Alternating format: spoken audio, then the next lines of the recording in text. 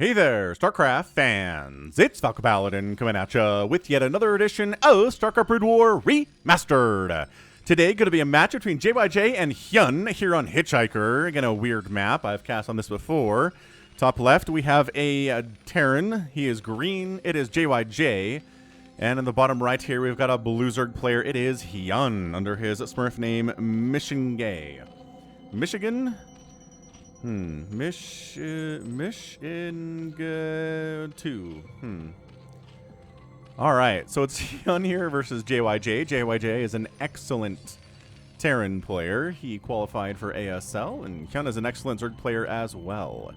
So, Terra the Overlord, scouting across this frozen tundra. Yes, I know you're cold, but hey, at least it's not super white. Because that would be boring, right? Little bits of green here scattered throughout, and earth tones. No proxies here from JyJ, no proxy hatch from HyuN. Hit that like button if you're excited for a ZVT featuring these two players. Just, you know, helps me get attention from the YouTube algorithm. If you're interested in merch, falconpaladin.store might interest you. And hatch first here at...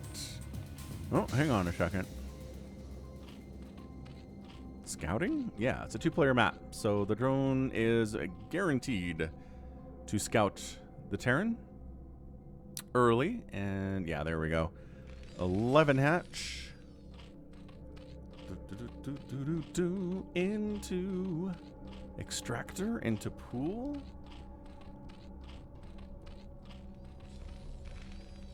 Barracks going up, refinery on the way as well, drone scouts, all of it. Bacha! Okay, so spawning pool at 11 supply and an extractor here at 10 supply. All right. So hatch first build here versus a barracks first. Maybe a barracks into an expansion.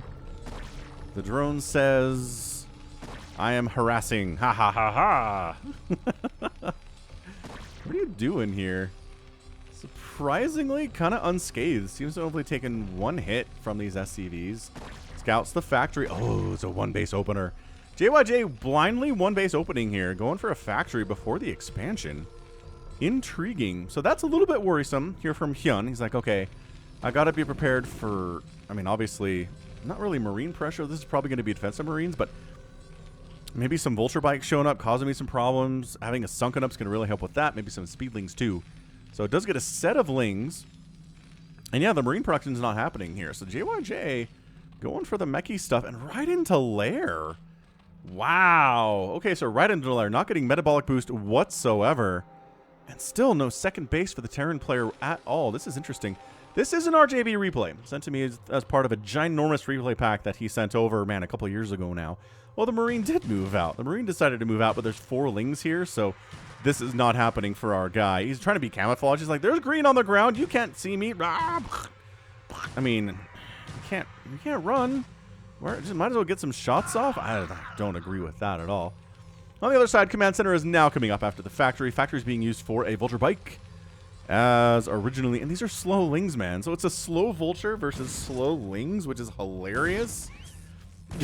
It's like your grandma driving this thing, and then the lings don't have the speed yet. So they need to get out of here. I mean, slow lings can never, ever, ever kill a vulture bike, and that's what this is for, right? Creep colony into a sunken. As we considered it, are we just going Spire here? I kind of like the idea of opening Mutalisks against this kind of mechy play. The vultures are going to be pretty bad in this situation. You're going to throw up an evolution chamber? Oh, your Spire's going to go right there. Okay, so sunken's up, and ow. Ow! All right, you took 2 hits. Do you really want to come back here? This is playing with fire. Yeah, it does force all the drones down to these 5 bottom mineral patches here at the natural base. I'm kind of denying this one and maybe this one too, and the extractor, intriguingly enough. So annoying position, and again, these lings can't catch him. If he's not paying attention, they might be able to sneak up on him and take him down. But where are the Zerglings? The Zerglings are in production. Oh, okay. Another vulture shows up, parks himself in the same place next to his friend, next to his buddy, and I mean, the Spire is just straight up scouted. It's interesting. It's almost like he really wants JyJ to know what's happening here. He wants to know that we do, in fact, have a Spire on the way, so force him into... It's got to be Goliath production, yeah. Charon boosters coming up. Second factory on the way, doing a bit of a main art transfer down here to the natural base at 5 minutes. So this is going to be a mech opener here from our guy JyJ. And again, RJB, he just sends me interesting stuff. The games are interesting. They're good in some way every time. So to thank RJB for the great content and the great replays he supplies for us, I recommend checking him out at RJB StarCraft here on YouTube. You can search RJB StarCraft in the search bar. You'll find him. RJB TV is the name of the channel, but RJB TV can also return results for someone who does, I don't know, like soap opera type stuff, like just records soap operas off of TV and puts them on YouTube, something like that. 5 lings are on the way because the second gas was late because of the vultures. Whether that was intended or not, I don't know. And immediately going for flyer attack. He's not getting speed for his lings today. Highly intriguing. Not getting metabolic boost at all. Look at these slow lings be like, nah, nah. And they're actually going to help here quite a bit. Oh yeah, look at that gorgeous stuff. All right, so the mutas are out. The vultures scouted. Okay, it is mutalisks. That's good. It wasn't a fake out spire, which would be the dumbest use of resources, man. In a TVZ at this level to go for a fake out spire, hilarious. Vehicle weapons coming in here too from JyJ, and the mutas have arrived. The Charon boost just kicked in, as we can see visually what's happening here. Only does half damage to mutalisks. The Goliaths do. The Charon boost does give them extra range, and that's the thing. You get extra hits off as the mutas are retreating. And as the mutas are coming in, they're taking hits without doing any damage themselves, and that's awesome. That is the ideal situation in StarCraft. Attacking something that doesn't attack back, that doesn't do any damage to you. So frustrating for the Zerg player here, but you know what? You opened mutalisks against a meching Terran. You knew what you were getting into. Mutas come flying into the main base to see what damage they can do here. There is a turret. There are 2 turrets and a couple Goliaths, so the mutas are forced to fall back. Now getting metabolic boost, as yes, Zerglings getting on top of these Goliaths would help immensely if that's what you're into here. And again, Hitchhiker, weird map. A lot of these Zelnaga towers all over the place. Got some side disruptors too. It is to block off ground attack paths other than this main one through the middle. But there are ways that workers can get through there. So haven't seen any of that yet. Nobody has really gone for anything, you know, this northern or southern section of the map. I guess there is a drone down here from HyuN. Maybe going to go for a third base there. But yeah, the mutas are just trying to be everywhere that JyJ doesn't know that he is, but it's, not working particularly well for him. So speed's done for the lings. We've got a bunch of lings popping in here. Again, Muta Ling is just a beautiful synchronized combo because the lings are fast, the mutas are fast, and the lings cost minerals, and the mutas cost a ton of gas. So with your leftover minerals, you're making mutalisks. Ta-da. Evolution Chipper coming in, maybe for +1 attack for the Zerglings. That would be good here. I mean, +2 lings against Goliaths are pretty fantastic, honestly. We'll see if that's what we get. And yeah, we're just committing to this mech. I don't see, really, do we ever see a player open mech and then switch to bio? That'd be weird, right? I think that'd be an odd thing. Get out of here. Get out of here. The mutaflock continues to increase.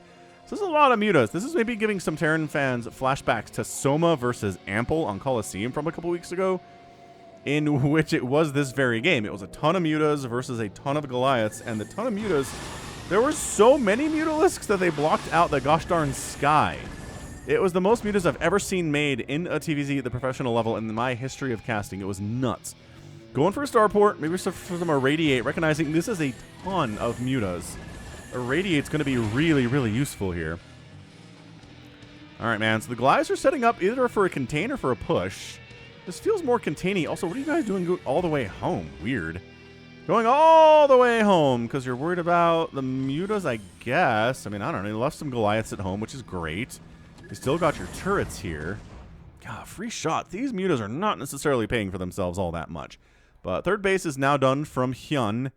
Got Flyer Carapace getting researched and actually getting missile attack. Is he going Hydras? Hydra muta here against these Goliaths. Seems like a pretty interesting idea. Not going to complain about it all that much. Yeah, it is. It's going to be Hydralisks. I mean, no other reason to get the missile attack upgrade if you're not also making a Hydralisk den, yo. So third base timing for JyJ feels like now-ish. He is using the Goliath to try to knock down the Xenolic Temple. It takes a while to do so, obviously. Ooh, free SCV. I don't know if he did see it. And SCV gets absolutely murked. Murked there, I tell you. Queen's Nest coming in, too. Maybe for Hive, obviously. Possibly for Hive, probably for Hive. But it could be for Queens, maybe with some Ensnare. Decreasing the Goliath attack rate. That'd be pretty fantastic. Making them slow so they can't run after as fast either. Yeah, so he thought about attacking the Zalaga Temple, but then that didn't happen. Leaving one Mutalisk here to make sure this doesn't get knocked down when he doesn't know about it. And yeah, I mean, so far, 3 base Zerg versus a 2-basing Terran. I think HyuN's doing all right. Is he down 106 to 74 supply? Yeah. Is there a much bigger army here for the Terran? Yes. But the economy is better for the Zerg players. Getting queens. He is going queens. He's going to try to spawn ruling. Well, that's more queens than you would want for Ensnare. My gosh. The Mutas are just in here taking missile turret hits, trying to kill as many of these SCVs as he can. He's doing a good job of it, actually. Killed several of them. The Mutaflock down to 8, down to... Get out of here. Get out. Get on out. Yep, these queens are coming in, but without the upgrade, all they've got is Parasite. So it is a bunch of queens, but it's also a hive, but it's also Mutalisks and Hydralisks. This is very interesting stuff. 119.85 supply right now. A couple of SCVs do go down, but there's still actually a higher SCV count than a drone count at the moment. Mutas continuing to just dart on in, see what damage they can do. Science vessel finally in production here. We've had a science facility for a little bit of time, I think. Anyway, additional flyer carapace on the way now to... What a week for Mutalisks, huh? A bunch of games with Mutas so far this week, I feel like. Lings are attacking... the power generator. Is he going to try it? I mean, if he tries... He might as well. Also, getting Adrenal for these would be awesome. That is the Spawn Broodling upgrade. All right, man. Spawn Broodling is going to be in our future today. Irradiate getting researched. Siege mode coming in. Recognizing you need some tanks. Oh, Science Vessel. Snipe! That hurts! Losing your first Science Vessel sucks. Because Irradiate's going to be done, but there won't be a Science Vessel with enough energy to do anything about it. At that point, yes. Well, maybe. 60 energy here. Mutas. Where are they? Oh, this white is actually a little bit hard to see what's going on. All right, man. So JyJ says, let's do this thing. Spawn Broodling finishing up here. It is 150 energy to spawn Broodling, though. And do our queens have enough energy for that? The answer is no. Of course they don't. They take forever to generate energy.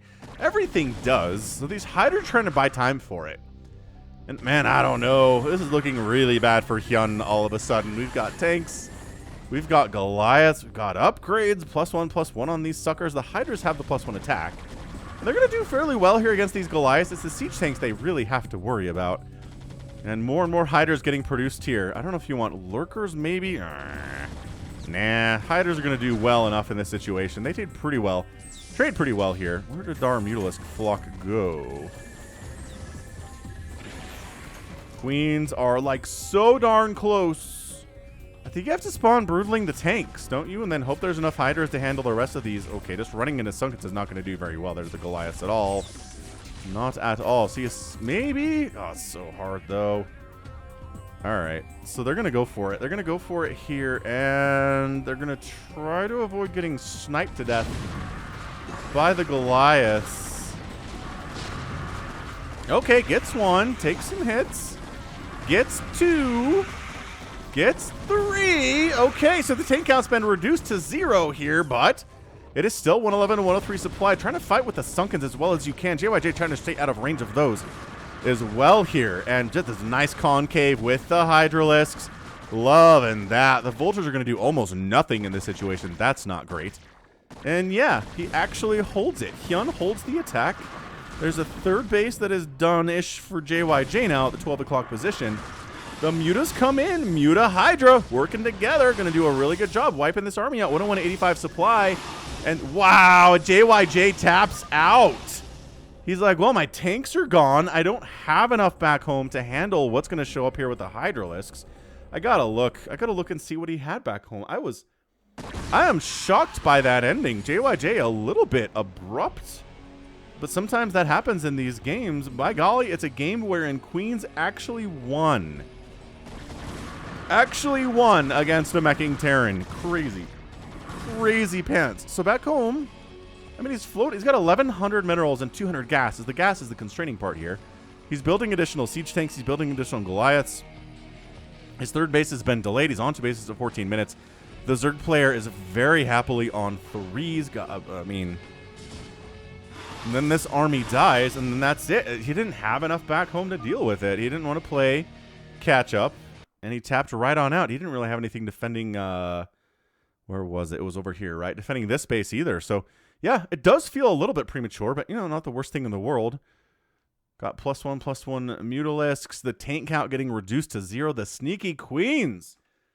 The queens getting it done here today, which is not something I say very often in StarCraft. That's for sure. So this is like the, what, 6th or 7th time ever on my channel that queens actually beat mech. There are a lot of times when queen doesn't beat mech, and this is one of those rare times when it does. So, HyuN taking down JyJ here today with an interesting composition of Mutalisks, Hydralisks, and queens.